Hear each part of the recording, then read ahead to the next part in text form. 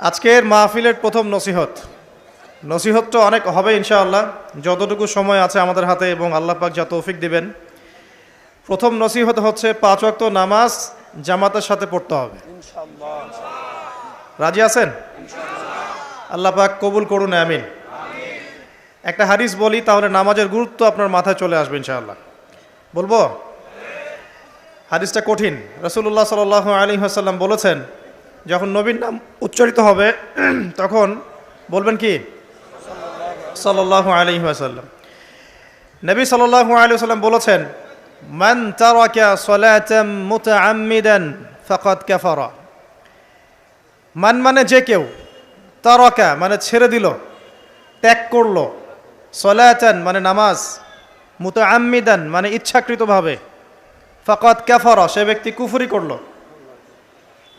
এই হাদিসটাকে আগে শুনেছেন? আলেম ওলামারা জানেন, কিন্তু আপনারা কি জানেন? মান তারাকা সালাতাম মুতাআম্মিদান ফাকাদ কাফার, যে ব্যক্তি ইচ্ছাকৃতভাবে বিনা ওজরে, কোনো ওজর নাই, ইচ্ছাকৃতভাবে নামাজ ছেড়ে দিল, ত্যাগ করলো, সে ব্যক্তি কুফরি করলো। এখন আপনি বলেন, কুফরি যে ব্যক্তি করে সে কি হয়? যদি আমরা ধরেও নেই যে সে মন থেকে নামাজ অস্বীকার করে না, অলসতা বশত পড়ে নাই, তারপরেও তো কাজটা ফাঁসে, কি তাই নয় কি? আচ্ছা, তো আজকের প্রথম নসিহত হচ্ছে 5 ওয়াক্ত নামাজ মৃত্যুর আগ পর্যন্ত কেউ ছাড়বেন না। আমার সাথে ওয়াদা করেন যে ইনশাআল্লাহ আগামী যতদিন বেঁচে থাকবো 5 ওয়াক্ত নামাজ জামাতে পড়ার চেষ্টা করব, যদি জামাত না পাই একা পড়ার চেষ্টা করব। আল্লাহ পাক তৌফিক দান করুন, আমিন। আজকে যদি এই কথাটাই শুধু বাসায় নিয়ে যেতে পারেন যে 5 ওয়াক্ত নামাজ আর জীবনে ছাড়বো না, আমাদের আজকের মাহফিল সফল। আর আজকে যদি অনেক কথাবার্তা হয় ওয়ার্ল্ড অ্যাফেয়ার্স নিয়ে, ইকোনমিক্স নিয়ে, শেষ জামানা নিয়ে, ঠিক আছে, আমাদের সমকালীন ফিতনাগুলো নিয়ে, কিন্তু দিন শেষে বাড়িতে যদি কিছু না নিয়ে যেতে পারেন তাহলে আলোচনায় এসে কোনো লাভ নাই। এই ছবি তোলাতুলি, ভিডিও করা, হ্যাঁ, স্লোগান দেয়া, আইওয়া শোডাউন করার মধ্যে কোনো ফায়দা নাই। ফায়দা কিসে? কদ আফলাহা মান যাক্কাহা। আল্লাহ পাক সূরা শামসের মধ্যে বলছেন, কদ আফলাহা, সে ব্যক্তি সফল হয়ে গেল। সে ব্যক্তি সফল হয়ে গেল মানে সে জান্নাতে চলে যাবে ইনশাআল্লাহ। কে? মান যাক্কাহা, যে ব্যক্তি তার নফসটাকে, তার এই যে কলব, এটাকে পরিশুদ্ধ করতে পেরেছে, সে ব্যক্তি সফল হয়ে গেল। ওয়াকাদ খাবা মান দাসাহা, আর যে ব্যক্তি তার নফসটাকে পরিশুদ্ধ করতে পারলো না, সে ব্যক্তি ধ্বংস হয়ে গেল। নফস কিভাবে পরিশুদ্ধ হবে, এটা আমাদের আজকের আলোচনার টপিক। তার আগে আমরা বলি, 5 ওয়াক্ত নামাজ ছাড়া নফস কখনো পরিশুদ্ধ হবে না। তো আজকে আমরা অনেক যদি আলোচনা করি, বাসায় কিছু নিয়ে যেতে না পারি, তাহলে আলোচনার কোনো লাভ নাই, কোনো ফায়দা নাই। মানুষকে দেখানো, তাকবীর দেয়া, এই যে আমাকে প্রোটোকল দিয়ে নিয়ে আসলেন, ঠিক আছে, ভালোবাসার জায়গায়, কিন্তু দিন শেষে যদি আমরা আল্লাহর সামনে আত্মসমর্পণ করতে ব্যর্থ হই, তাহলে এই মাহফিলগুলোর বরকত নষ্ট হয়ে যাবে। আমরা কি চাই যে মাহফিলের বরকত নষ্ট হয়ে যাক? আসরের জামাত আমরা আদায় করেছি, এই জামাত আমাদেরকে শৃঙ্খলা শিখিয়েছে, শেখায় নাই? একজন ইমাম লিড দিলেন নামাজে, আপনারা তাকে ফলো করলেন, তাই নয় কি? এটাই তো হচ্ছে মুসলিম উম্মার বৈশিষ্ট্য। মুসলিম উম্মা হবে শৃঙ্খলাবদ্ধ জাতি, যাদের প্রতিটা কাজ হবে সুশৃঙ্খল। আর আমাদের কাজগুলো কি এখন সুশৃঙ্খল? আমরা কিন্তু উশৃঙ্খল জীবনযাপন করি। দেখবেন ওই যে একটা হাদিস আছে শেষ জামানায়, যে নারী পুরুষের পোশাক পরবে, পুরুষ নারীর পোশাক পরবে। এই যে উশৃঙ্খলতা, দেখেন না এখন শেষ জামানায় আপনি দেখবেন এমন এক শ্রেণীর মেয়ে বের হয়েছে বাজারে, রাস্তাঘাটে, সমাজে, যারা কাপড় পরবে কিন্তু কাপড় পরেও নগ্ন থাকবে। এ কোনো হাদিস আমি বানিয়ে বলছি না, সবগুলো হাদিস সহিহ। এখন দলিল দিতে গেলে অনেক সময় চলে যাবে। তো উশৃঙ্খলতার যুগ, কাপড় পরে থাকাটা তাকওয়ার পোশাক, শালীনতা। আর এখনকার যুগটা চলছে কাপড় খোলার যুগ। কথা ঠিক না ঠিক বলেন? এখন মানুষ কাপড় খুলতে পারলে বেশি কমফোর্ট ফিল করে। আর আপনারা জানেন না, এই মহাবিশ্বে আমাদের পিতা এবং মাতা আদম এবং হাওয়া আলাইহিমুস সালাম, তাদেরকে সর্বপ্রথম কে নগ্ন করে দিয়েছিল জানেন? ফালাম্মা যাকাশ শাজারা, যখন আমাদের পিতা মাতা ওই গাছের কাছে চলে গেলেন, কোন গাছ?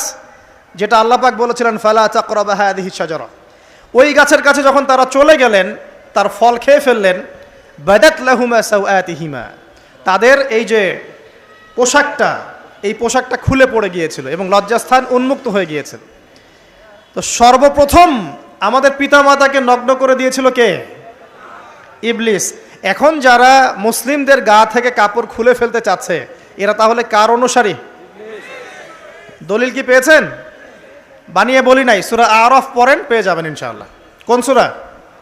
সূরা আরাফ। প্রথম নসিহত প্রিয় ভাইরা, এই যুগটা হচ্ছে উচ্ছৃঙ্খলতার যুগ। এই যুগে মানুষ আল্লাহ পাকের হালালকে খুব কমই পরোয়া করে। আল্লাহর হালালকে মানুষ হারাম করে নিচ্ছে, আর আল্লাহর হারামকে মানুষ হালাল করে নিচ্ছে। আল্লাহ পাকের বিশাল একটা হারাম হচ্ছে সুদ বা রিবা, আর এখন আমাদের উপর রিবা হয়ে গেছে ওয়াজিব। নাউজুবিল্লাহ। একটা দেশ নাই যেটা সুদমুক্ত, একটা জেলা পাবেন না সুদমুক্ত, একটা গ্রাম থানা ইউনিয়ন পাবেন না সুদমুক্ত। নবীজি এই যুগের কথাই হয়তোবা বলেছেন, যে যুগে মানুষ সুদ থেকে বেঁচে থাকতে চাইলেও সুদের ছিটা ফোঁটা গিয়ে তার গায়ে লাগবে। মনে করেন আপনি একটা কনস্ট্রাকশন করেছেন, একটা সুদি প্রতিষ্ঠান থেকে লোন নিয়েছেন, এখন আপনি ওই কনস্ট্রাকশনটা ভাড়া দিয়েছেন। সেখানে মনে করেন আমি ভাড়া নিয়েছি, আমি আপনাকে মাসে মাসে ভাড়া প্রদান করছি, আপনি সেই ভাড়ার টাকাগুলো কালেক্ট করছেন, করে সেই প্রতিষ্ঠানের লোন শোধ করছেন।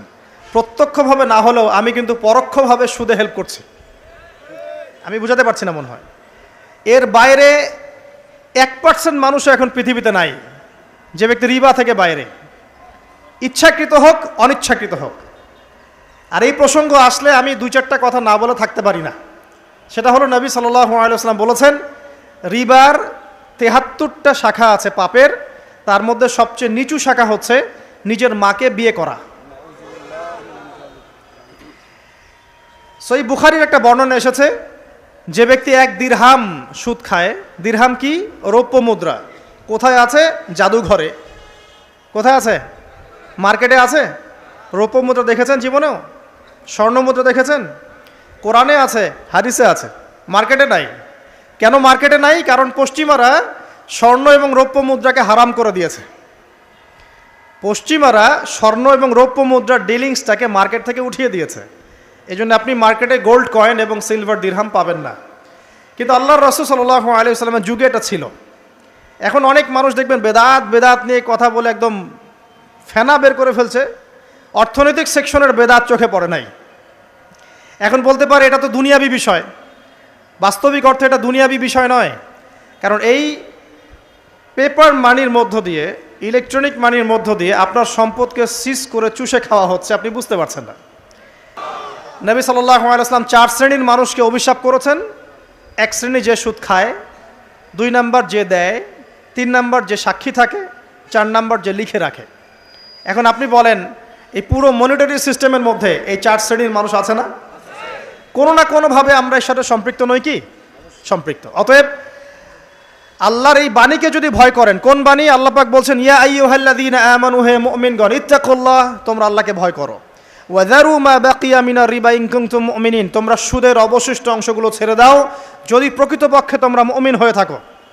ওয়া ইল্লাম তাফআলু, তোমরা যদি সুদ না ছাড়ো, আল্লাহর হুঁশিয়ারি শোনেন, যদি তোমরা সুদ না ছাড়ো, ফাযানু বিহারবিন মিনাল্লাহি ওয়া রাসূলিহি, তাহলে আল্লাহ এবং তার রাসূলের সাথে যুদ্ধের ঘোষণা শুনে রাখো। আল্লাহ এবং তার রাসূলের বিপক্ষে যুদ্ধ করে কেউ জান্নাতে যাবে? কেউ কবরের আযাব থেকে বাঁচতে পারবে? কেউ হাউজে কাউসারের পানি পাবে? আল্লাহ এবং তার রাসূলের সাথে যুদ্ধ করে কেউ টিকতে পারবে? আপনার কি তাই মনে হয়? যদি মনে হয় তাহলে দিব্যি সুদ খান, কোনো সমস্যা নেই। আর যদি মনে হয় যে আল্লাহ এবং তার রাসূলের সাথে যুদ্ধ করে আমি পার পাবো না, আল্লাহ এবং তার রাসূলের বিরুদ্ধাচরণ করে আমার কবর টিকবে না, কারণ আমি একটা কথা বারবার বলি আপনাদেরকে, যে আল্লাহ ছাড়া আমাদের আপন বলতে কেউ আছে? একা এসেছেন পৃথিবীতে, একাই যেতে হবে। আপনার খ্যাতি, আপনার অর্থনৈতিক খ্যাতি, অর্থের প্রতিপত্তি, আপনার ক্ষমতার দাপট, আপনার ধর্মীয় দাপট, কোনো কিছুই, ফ্যান ফলোয়ার্স, কেউ আপনার সাথে কবরে যাবে না।